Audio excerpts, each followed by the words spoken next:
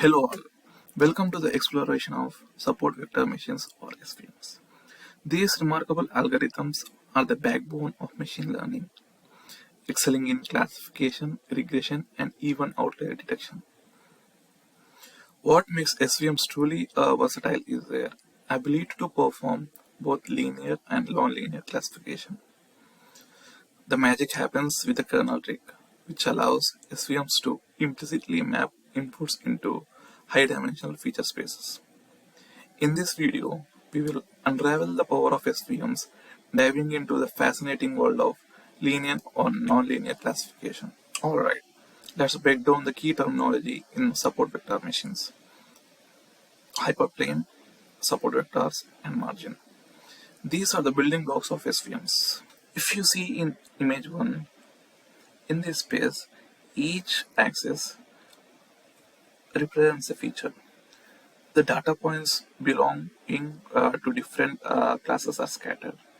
First up, the hyperplane. Think it as a decisive boundary. It is a line that separates our data points into different classes. As you can see, we can have multiple hyperplanes, but we are after the maximum margin hyperplane, the one that maximizes the gap between these classes. Now, if you see in the image 2, this is the optimal hyperplane, which has maximum margin. If you can see these data points, these, and these majorly distinguish two classes. These points are called support vectors. They represent the most informative elements of the SVM. To fully separate the data and the star players. These support vectors are crucial for defining our hyperplane. And speaking of separation, let's talk about margin. This is the gap. This gap. The breathing space between the hyperplane and the nearest data points, called margin. It's like a safety buffer. In SVMs, we are not just satisfied with any gap. We want to maximize this. Now we know the goal is to find the hyperplane that distinctly separates the data points into two classes.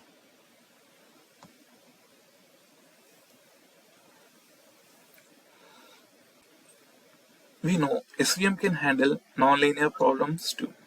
So we have got this amazing tool in SVM toolkit called kernel trick. Imagine it as a superhero move that helps SVM handle tricky nonlinear problems.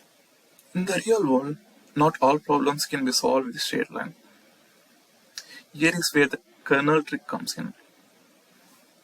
The kernel is like a magic wand that takes our data and transforms it into higher dimension space, making it easier to separate. It's like looking at your problem from a different angle, like making a nonlinear problem into a linear problem. In the context of SVM, there are four major kernels. They are linear kernel, polynomial kernel, radial basis function, and sigmoid kernel. Linear kernel. If you see this image, we can say this is a straight shooter. It is used when your data can be split with a simple line. If you draw a line here, it splits it into two classes. It's like, for example, if you want to separate emails into spam and non-spam, linear kernel is very helpful. Linear kernel is fast, efficient, and perfect for high feature scenarios. Polynomial kernel. This is one that has life of a party, where not just individual features matter, but also their combinations matter. It's like saying, hey, look at not just the words, but also how they dance together. It is great for things like natural language processing. This is a polynomial kernel. RBF or radial basis function kernel. It is the detective of kernels. When you are scratching your head, not knowing much about your data, the radial basis functions kernel comes to the rescue. It is versatile and works well in mysterious situations. Sigmoid kernel. This one has its roots in neural networks. It's like giving our SVM a taste of neural magic. It is useful in things when things get a bit unconventional. So the kernel trick, along with heroes, equips SVM to handle a variety of challenges, be it a straightforward task, a tangled mess, or even a bit of a unpredictable. Let's explore more with the dataset. The dataset we are using is useful to diagnostically predict whether a patient has a diabetes or not based on certain diagnostic measurements available within the dataset. This dataset only has female gender data. Some of the key columns are these: pregnancies, glucose, blood pressure, skin thickness, insulin, BMI, and others. Our outcome column is our target variable, where 1 indicates the person has diabetes and 0 indicates the person does not have diabetes. We first imported the necessary packages and we read the CSV file. This is the top 5 rows of the dataset, and this dataset has 768 rows and 9 columns. This is info of the dataset. All the columns are numerical data type, and here I want to see if there are any null values in the dataset. So we can see there are no null values in the dataset. So I wanted to know the distribution of target variable, and if you see, non-diabetic patients are little more than diabetic patients. This causes class imbalance. We need to overcome this, or else ML models might become biased. To overcome this, we can use resample function, which is available in the scikit-learn. We did an sampling of minority class, and we can see here the minority class is now balanced. I next wanted to see the correlation between various columns in the dataset. We can see no particular column is very highly correlated with the target variable. It is ideal to consider a mixture of features to predict the target variable. But you can see glucose variable is a bit positively correlated with the target variable. So let's see the distribution of the glucose level. We can see as the glucose level increases, we can see the number of diabetic people also increases, which is indicated by the orange. From this plot, we can say the number of pregnancies increase. As the number of pregnancies increase, number of people with diabetes was slightly more than those of non-diabetic patients. There is only a small gap between the difference of non-diabetic and diabetic patients.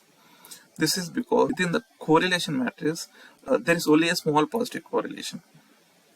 For blood pressure, the skin thickness, for blood pressure and skin thickness, the correlation is nearly 0. So there is no particular trend. Insulin levels follow the same trend as the number of pregnancies, where there is a small positive correlation.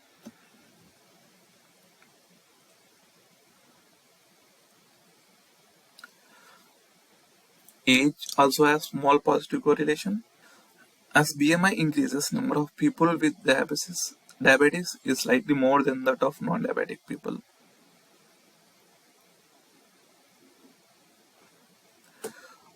Diabetic pedigree function also has a small positive correlation. Next, I wanted to see if there are any outliers. There are outliers, but we know SVM can handle outliers. Now let us know which flavors of SVM can handle outliers.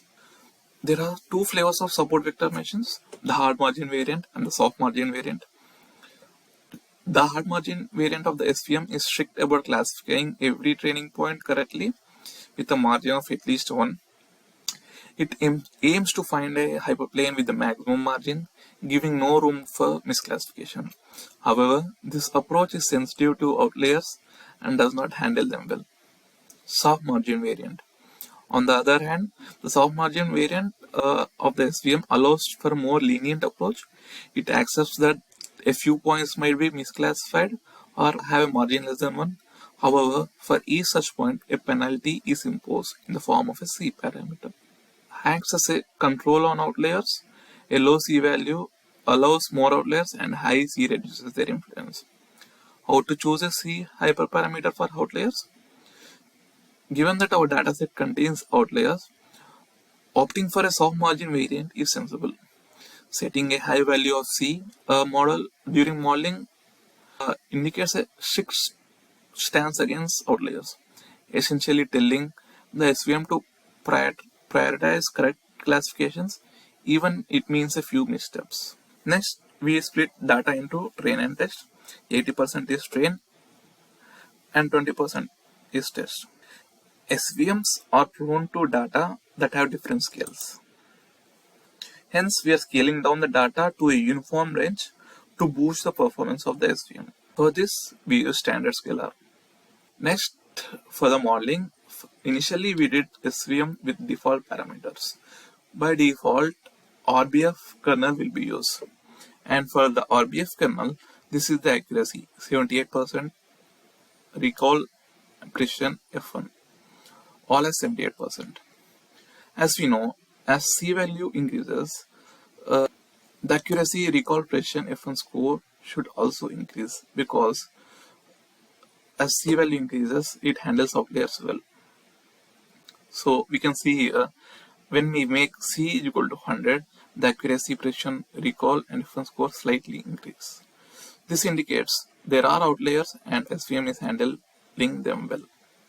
And if we further increase the C value more, the accuracy further improved. Next, we are using SVM with linear kernel. Further, we are using kernel is equal to linear. Here, accuracy, recall, precision, F1 score all are around 75%. And if we increase the C value to 2000, this is slight improvement in the accuracy. Next, we are using SVM with polynomial kernel. For this, we are using kernel is equal to poly. And for this, accuracy, recall, precision, F1 score 100%. And if we introduce C hyperparameter with 1000, the accuracy and all of the metrics improved. Next, we use SVM with sigmoid kernel. For this, we use kernel is equal to sigmoid. And for this, the accuracy is pretty low compared to all others. And with the increase of C value, there is not much increase in the metrics. With this, we can say RBF with C value 1000 has the best accuracy. We can find this also with the hyperparameter tuning instead of doing this individually, where we specified the kernels to check and the gamma values, the C values to check for each kernels. So hyperparameter give the same result which we observed previously. For C value 1000, gamma scale and kernel RBF provided the best metrics, 85%. And so here there is a metric called gamma. So let's see a bit about gamma. In SVM, imagine gamma in SVM can be explained in a simple way. Imagine you are a photographer setting up your camera to capture a scene. The gamma parameter in SVM is similar to adjusting the focus on your camera lens. If you set a small gamma, it is likely intentionally keeping your lens a bit blurry. It's like saying, hey, I am not too fussed about the individual details. Let's consider the things more broadly. This can result in a smoother decision boundary. On the other hand, a large gamma is like fine-tuning your lens to capture the finest details. In SVM, this would mean a more precise, complex decision boundary that closely follows the shapes of the data. It's like zooming in with your lens to capture every minute feature. How to choose the gamma? High gamma value is suitable when you have relatively small amount of training samples. This could lead to a more complex decision boundary.